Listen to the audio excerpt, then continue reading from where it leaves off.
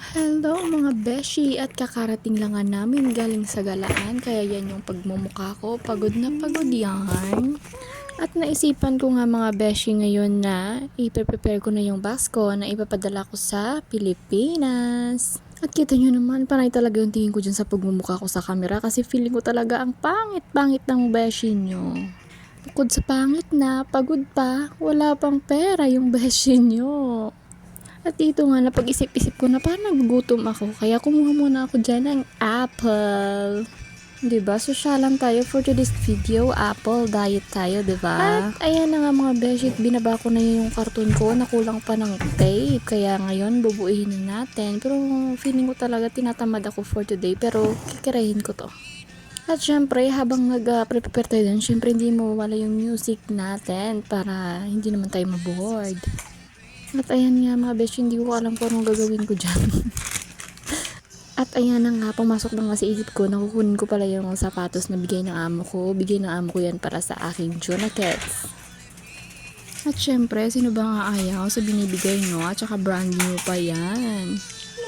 O ayan, singer yan.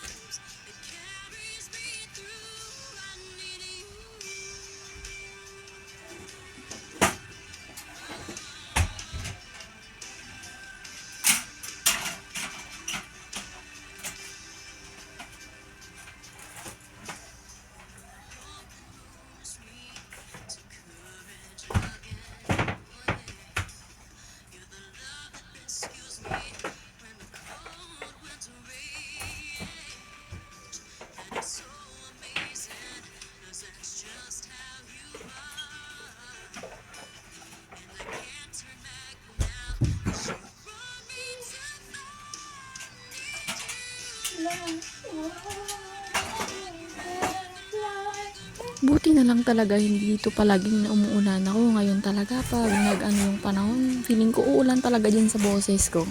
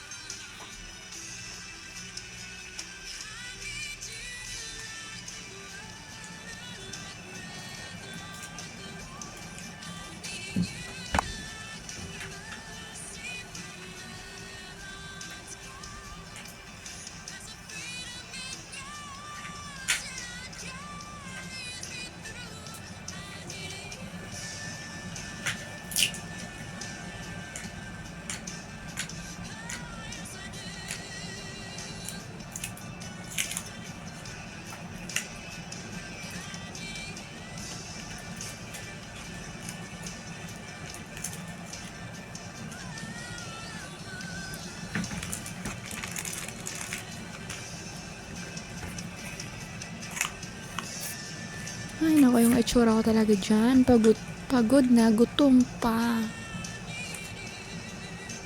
Sa mga nagtatanong pala kung saan ako bumili ng box, isearch nyo na lang po yung kanilang Facebook page, Phil Asia Cargo Forwarders. Ayan.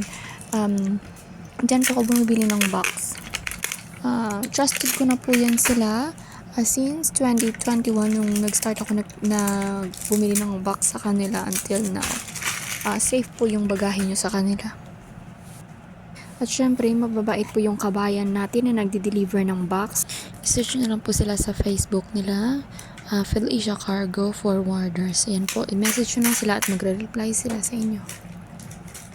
At ito nga na part is, wala na akong feeling ko tinatamad na talaga ako mag-start ng paglagay ng tape sa aking box. Hindi ko alam kung mag-uumpisa pa ba ako or hindi na. Ayan, isip-isip ka dyan girl. Pagod na.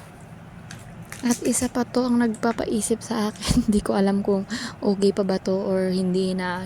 Kasi hindi to sa akin. Sa mayora ko to. Kaya iniisip ko, okay pa ba to or hindi na? Or hindi ko alam kung hindi lang tayo ako marunong maglagay ng tape dyan. Kaya ayan, tapon mo yan dyan girl. Baka ma-curious kayo dito sa maliit na karton kung ano ilalagay ko dito. Ako po, papasok pa ako dyan. Charot lang. Actually, ilalagay ko dyan yung puting shoes na binili ng amo ko para sa anak ko. Kaya dyan ko ilalagay para hindi naman siya madumihan. Kasi puting-puti siya, mga besh. At ito talaga yung tanong ko sa sarili ko. Mag-uumpisa ka ba ng maglagay ng tape dyan sa box or magsa-cellphone at kain-kain ka na lang dyan self? Till now talaga na tinatamad ako. Hindi pa ako nakakapag-start kaya inedit ko na yung video ito.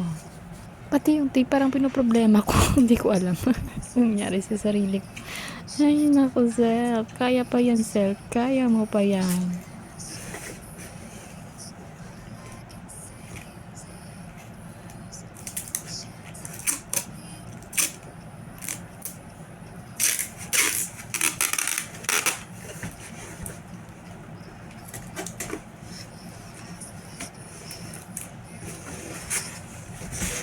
At ayan, kumain ka na naman at nag-cellphone. Umpisa na pa talaga maglagay ng tape dyan sa box. O ganyan na lang tayo habang ilang oras. Ayan, lahat ng sulok na lang. Mamaya ka na maglagay ng tape dyan. At saka abuti naman tayo ng ilang buwan. Ako, ayan, cellphone pa mo.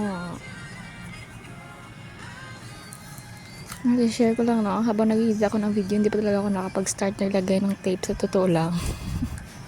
Ganyan, tinatamad na ako.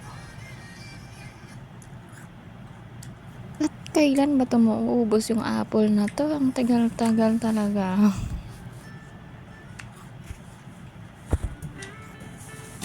At sa wakas ay mas masana nga ako na maglagay dyan ng tape sa box. Ayan.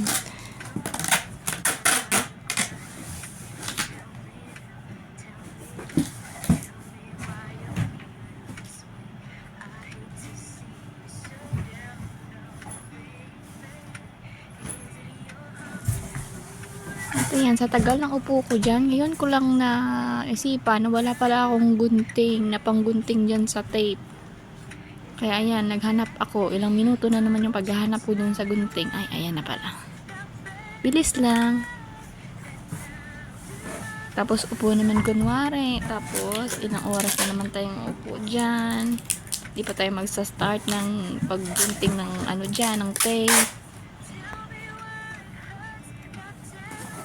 At ayan na naman mga besh. Dito na muna magtatapos ang ating video. Kasi hindi pa rin nakapag-start. Ngayon tayo magsa-start. And salamat po sa nanonood ng mga video ko. Thank you. Bye.